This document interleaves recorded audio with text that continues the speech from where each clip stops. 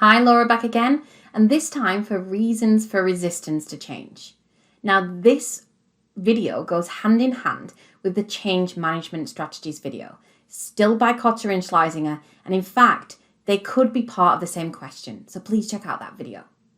So Kotter and Schlesinger said that there were 4 major reasons that people are resistant to change: parochial self-interest, misunderstanding and a lack of trust, different assessments or judgments about the need for change, and a low tolerance for change overall.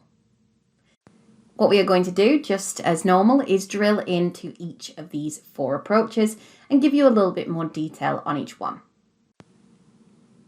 Firstly, parochial self-interest. This argument is that you have a vested interest in maintaining the status quo, that it's in your self-interest to do so. Maybe these are perceived threats to your established way of working, that you like to do the job in the way that you do it right now. Perhaps you enjoy your team, you've got those social arrangements and relationships and you don't want them to change.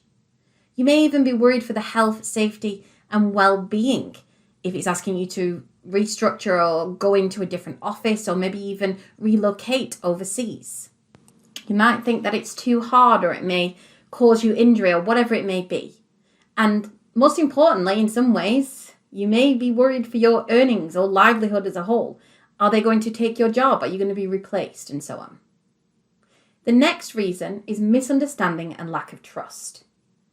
This is the idea that people do not understand the purpose of change and mistrust management's intentions. Perhaps they're in a warehouse situation which is being automated and they feel like they're going to get robots to replace them and to save money, for example. It might be that they want people to be multi-skilled so that everybody can do each other's jobs so that they need less people. So there is a mistrust there between management and workers. Another reason is different assessments.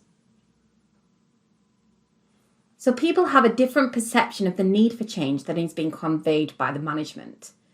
Essentially, there's the different ideas. So workers might feel like there's no need for change, whereas management do. And this could be because management are seeing the strategic view that the workers aren't, or it could be that the management are in the ivory tower and trying to impose change for the sake of it, and the workers are saying, no, this won't help us. We need to do it in a different way. So it's these different perceptions. And finally, the 4th reason is low tolerance for change. So do you like change? And I know you're going to say it depends, but some people love it, some people hate it. And this is insecurity and dislike of change. It's the fear that you might be unable to cope, or maybe the imposter syndrome thing of being found out that you don't really know what you're doing. You may be overwhelmed if introduced too quickly. Exhaustion if that change is constant, you're constantly changing. When I worked for a particular organisation, we changed offices 4 times in 2 years. And we ended up in the same office that we started with. We were just exhausted of constantly changing. And there may be cultural resistance in, for example, a bureaucracy which is designed to work slowly and everybody stay in their kind of cog in the wheel. Then they're going to resist this change that needs to happen.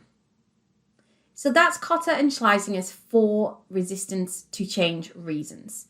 Hope you found this useful. Please subscribe. Catch you back later. Bye for now.